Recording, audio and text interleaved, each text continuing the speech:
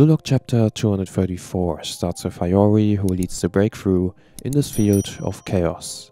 Hiyori intercepted the pass to Baru, and Izagi thought that Hiyori captured the place he couldn't see and filled a hole in the defense.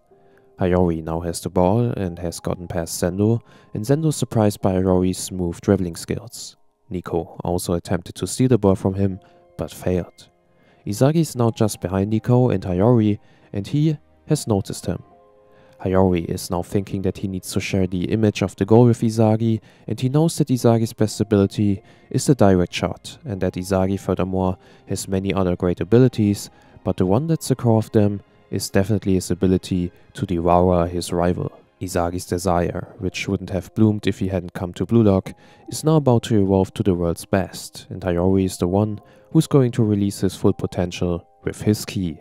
It's his ego. Hiyori, as focused as ever, continues to get past Uber's players, and the two Uber's defenders are also shocked how smooth, how technical Hiyori is. He's now thinking again, and he says that the one main character who scores the goal isn't the only one who is an egoist.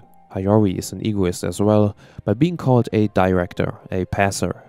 He's now aiming for that one point under his feet that slips through and synchronizes his thoughts to the future that Izagi is seeking and passes the ball to him. But right when the pass was about to reach him, Lorenzo suddenly interfered, but Izagi expected his move already and trapped the ball so it would go over Lorenzo. Hiyori expected it as well and knew that the first shot is a feint. The real shot is going to be with his left foot. It's a free and direct finisher after the changeover, but suddenly Kaiser, of course, also interferes Izagi, and Izagi is shocked that Kaiser was able to read it perfectly, that Izagi was going to dodge Lorenzo and shoot with his left foot. Does Kaiser think he's just gonna grab it out of the air, so Izagi? It's Kaiser impact versus Izagi's direct shot, and it seems like they both shot at the same time, but then the shot was suddenly blocked by Baru. Izagi is annoyed as he was only able to hit the ball squarely because of Kaiser, and Hiyori also doesn't know why this didn't end in a goal for Izagi, as their images were perfect.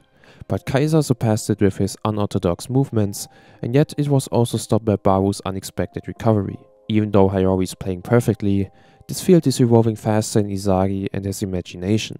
Something is missing, one more step, to conquer this level. Ego is leading the way, but not enough to score the final goal, and this is how this week's chapter comes to an end. Very interesting aspects that we got here. So the ego, how it got mentioned several times, is getting more and more spotlight, and we have seen this in the past with Reo, who found his ego by being the one who will make Nagi the #1 striker during the Manchester City vs Basel Munich match, and this is what Blue Lock has always been about. Not just players who want to become the world's best strikers, it's about players finding their ego so that they know what they are going to do on the field, and so that they have the determination and will to win.